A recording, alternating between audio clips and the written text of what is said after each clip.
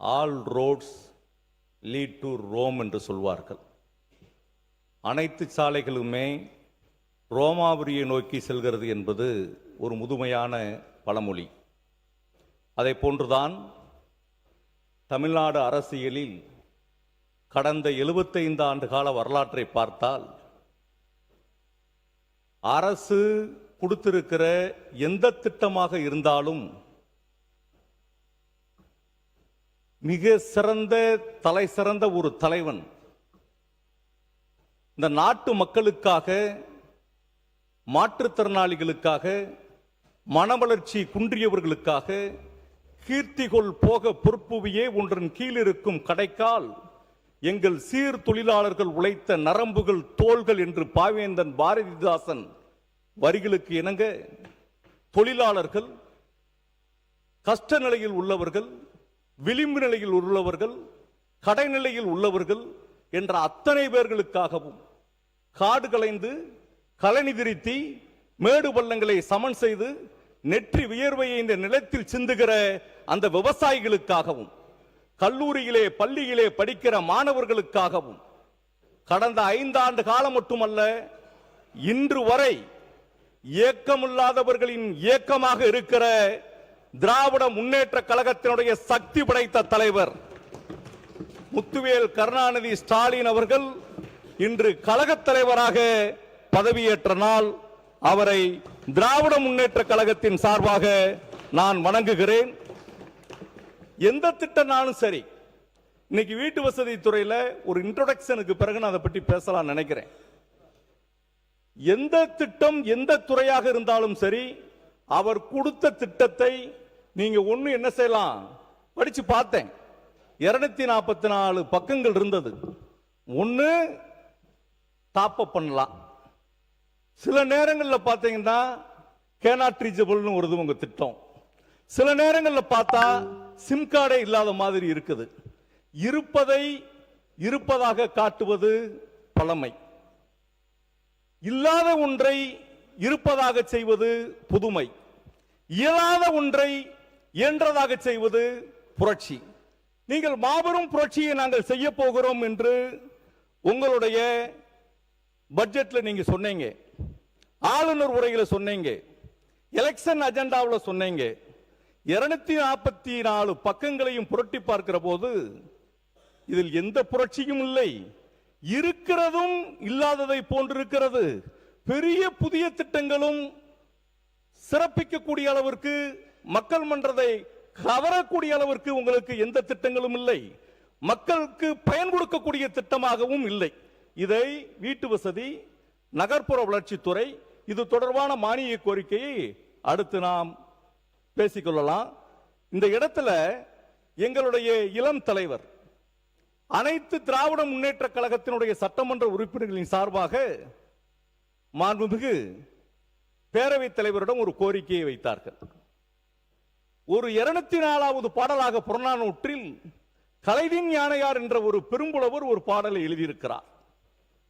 ஈயன இரத்தல் இழிந்தன்று அதன் எதிர் ஈயேன் என்பது அதனும் இழிந்தன்று கொல்லன கொடுத்தல் உயர்ந்தன்று அதன் எதிர் கொல்லேன் என்றல் அதனும் உயர்ந்தன்று. இது புறநானூற்று காலத்திலே அன்றைய ஆட்சியாளர்களுக்கு கவனத்தில் புலவர் சொன்ன விஷயம்.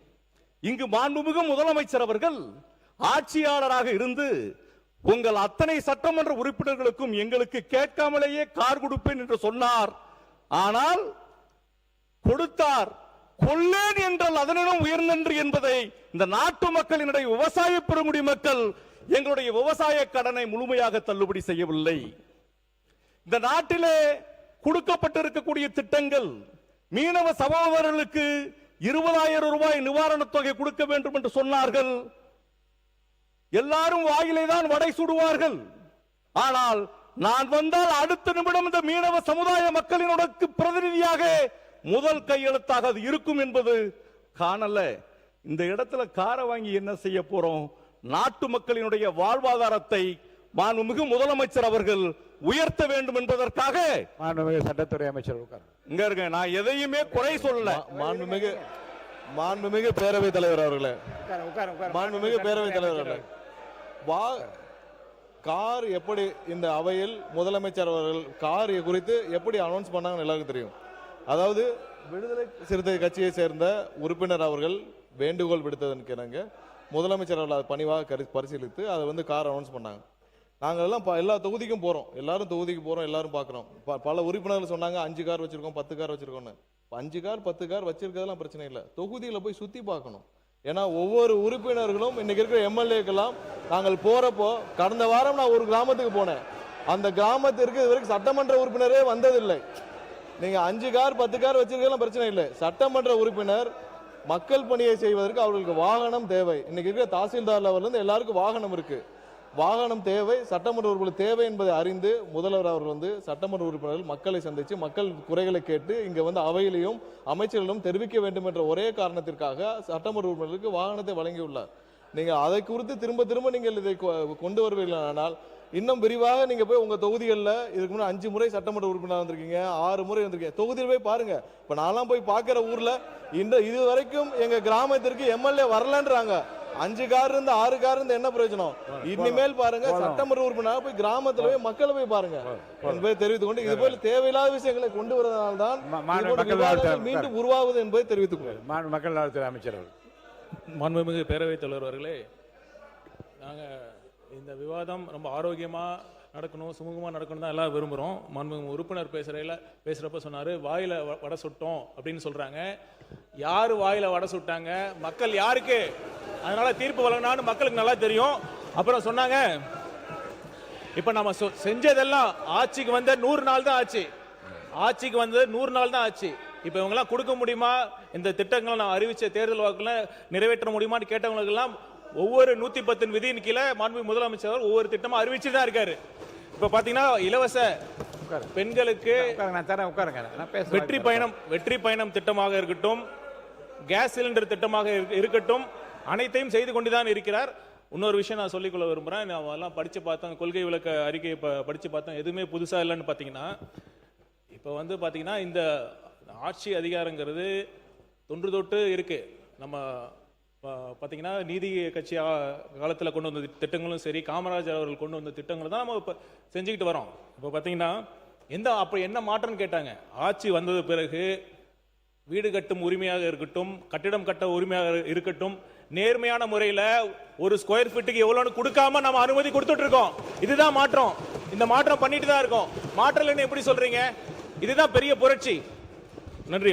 மாண்புமிகு கே நேரு அவர்கள். மாண்பு பேரவைத் தலைவர் அவர்களே, வாயில வடை சுடுறோம் நாங்க சொல்ல, நீங்க தான் சொன்னீங்க உறுப்பினர். இல்ல இல்ல, நீங்க சொன்னதுதான் அவர் சொன்னார். மேல சட்டத்துறை அமைச்சர் சொன்னார், நீங்க கார் வேணுங்கிறவங்க, நீங்க சட்டத்துறை அமைச்சர் சொன்ன கார் வேணுங்கிறவங்க நீங்க தொகுதியை சுற்றுப்பாடு இருக்கு. அவரை நீங்க போல ஒரே தொகுதியில 3 தடவை வெற்றி பெற்றிருக்கார். 3வது தடவை ஒரே தொகுதியில 3 முறை வெற்றி பெற்றிருக்கிறார். மக்கள் நன்மதிப்பை பெற்றிருக்கிறார். அதுவா முக்கியம். அதை பார்த்து யாரு? அவை முன்னவர். பேரவைத் தலைவர் அவர்களே, மாண்பு சட்டமன்ற உறுப்பினர்கள் தங்கள் பணிகளை ஆற்றுவதற்கு அரசின் சார்பாக வாகனங்கள் வழங்குற போது யாருக்கு ஒரு தனி மரியாதை இருக்கு. நீங்கள் எத்தனை கோடியில் கார் ஓட்டினாலுமே அரசு கொடுக்கின்ற காரிலே போகிற போது அதற்கு தனி மரியாதை இருக்கும் ஒன்று. ஆனால் எங்களை பற்றி நீங்கள் சொல்லுகிற போது கார் ரேஸுக்கு 24 கோடி செலவு பண்ணீங்களா? அதெல்லாம் யார் அப்பா காசு?